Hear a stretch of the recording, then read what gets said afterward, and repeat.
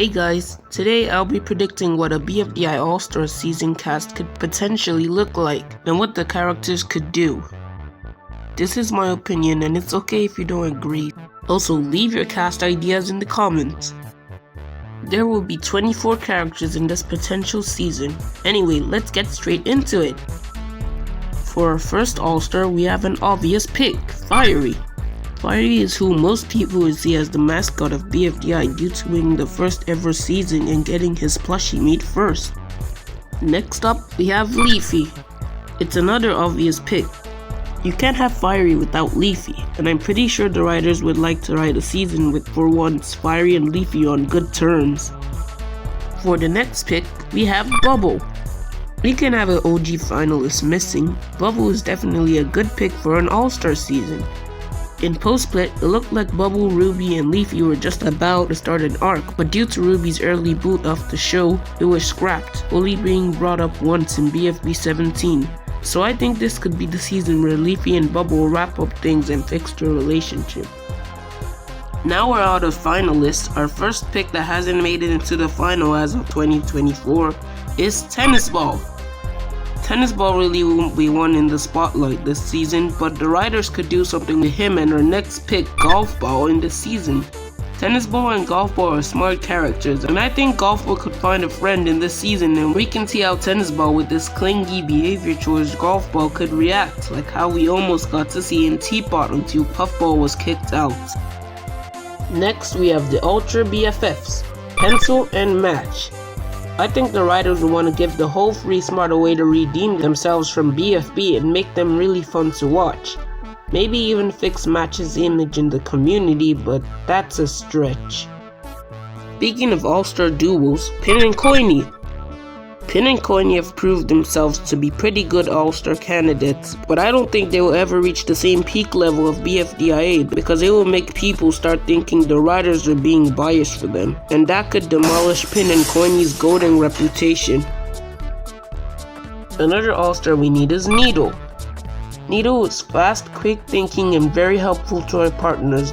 That alone couldn't make her an All-Star, but after the glow-up BFDIA has done for her, I think she's now a pretty good choice for an All-Star.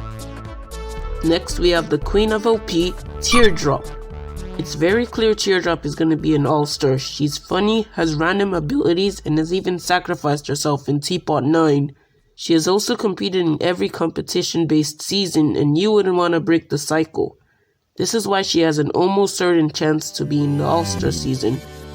Next, the winner of BFB, Flower. Flower won BFB. I don't really know what she would do, but all I do know is that she will be in an All-Star season if there is one. Last of the first gen is Snowball. Snowball could be very interesting if put at his max potential. He could have an arc with Golf Ball, Flower, Coiny, and more.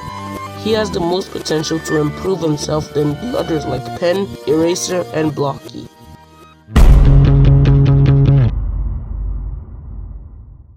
First on the second gen is Fry. Wait, before you spam stuff like of course you chose Fries and stuff like that, just think of the potential Fries has.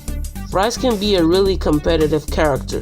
He did reduce his competitive personality in BFB to Teapot, but in Teapot 5 you can see that personality breaking out again. I think this season should focus on making Fries break out of this serious grumpy character personality and go back to his BFDIA self again. Next, we have Fry's best friend, Puffy. Don't call me Puffy, but I'm not going to slap you, cause I'm nice. My bad. Puffball is a great and chaotic character. I think this season, the main plot for her will be to both hang out with Fries and Golf Ball while trying to hide it from each of them. Puffball could eventually get caught and all three of them could potentially have an arc together of Puffball trying to make Golf Ball and Fries friends with each other. Next we have our silly boy, Gelatin. Gelatin won't be really focused on his friendship with Fiery this season as he is with Leafy, and he will mostly be with Teardrop and someone I will get to later. I don't know what they'll be up to, but seeing their strategizing and loyalty to each other will be really fun to watch. With 3 out of 4 of the Alliance members in, we can leave the last one, Ruby. Ruby brings comedy in the Alliance and is generally really fun to watch. She is right now being attacked by the Pin fans, but I know her fame will return eventually. For our final second gen character, we surprisingly have Nico. Some will say Nico is bland and most of the stuff he does is just say gibberish, and I agree with those opinions, but the reason why I think he will be an all-star is to get Adam to voice a character. You can't have a BFDI season without that hint of II in there, you know?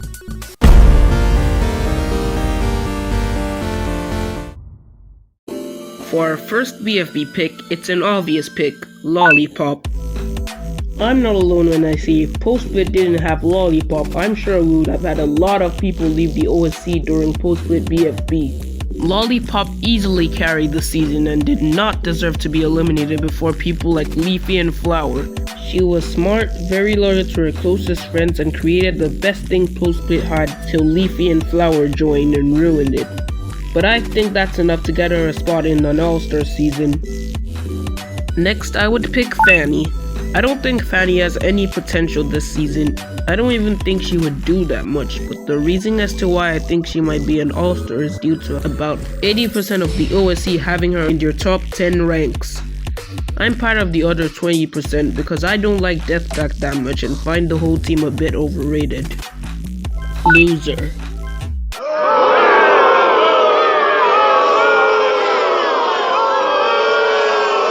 You guys might say you hate Loser, but I know you're trying to fit in the crowd. Loser was an amazing leader in BFB pre-split. He got eliminated unfairly due to Pin questioning about how the team will work without him. With Pin's question, the majority of the audience wanted to see what will happen if Loser was gone. He did rejoin in post-split due to his unfair elimination, but it was clear the riders forgot how to ride his charm. It's not like Loser was bad in post-split, it's just that he became boring to watch. Around 2023, Loser started to get massive amounts of hate for no reason at all. And people say he abandoned Winner and all that stuff, but he didn't. Think of the Loser and Winner situation like this. You did something you really loved with your best friend and your dream is for you and your best friend to go pro on it. Then you and your best friend finally get a once-in-a-lifetime chance to go pro on what you love doing and your best friend tells you they're not ready. Some will go back, but when it's something as big as a one-in-a-lifetime chance, you know you would go by yourself. So you can't blame and hate on Loser. Oh geez, we went off track. Back to the All-Star season, Loser will be a great pick for an All-Star because not only does he have a chance to redeem himself in the community from all the unnecessary hate he gets, but he can also interact with our next pick. Winner and Loser in the same season could lead to very interesting arcs. Maybe Loser might try to get Winner to try and become a mainstream celebrity just like him, but Winner tries to avoid him and his questions. And they finally snap and tell Loser they never wanted to be treated as a celebrity, which will cause Loser to accept that Winner and him will never go mainstream together even as much as he wants to include them. The last two picks will be controversial picks, but first off we have Clock. Clock isn't that interesting, I know, but this season, with Loser and Winner finally interacting, Clock could spice things up a bit in the arcs. For our 24th and final contestant, we have Grassy. Listen guys, I know, Grassy is hating the community, but most of the people who don't interact with the community kids would be bored in the season without your friend, Grassy. I also think him and Snowball could become a very fun duo to watch, causing mayhem on most episodes. So yeah, that's all 24 of them, so see ya!